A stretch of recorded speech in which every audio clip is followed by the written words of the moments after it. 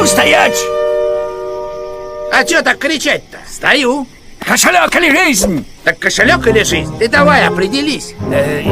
Кошелек. Или жизнь? Или жизнь. Или кошелек? Кошелек. Или жизнь? Или... Так, ты что начинаешь? Я на минуточку соловей-разбойник. Я ща как свистну. Ха, давай, свисти. Че давай? Че, я должен, что ли? А кто сказал сейчас свистну? Я тебя за язык не тянул. Так я и свистну. Ну так давай.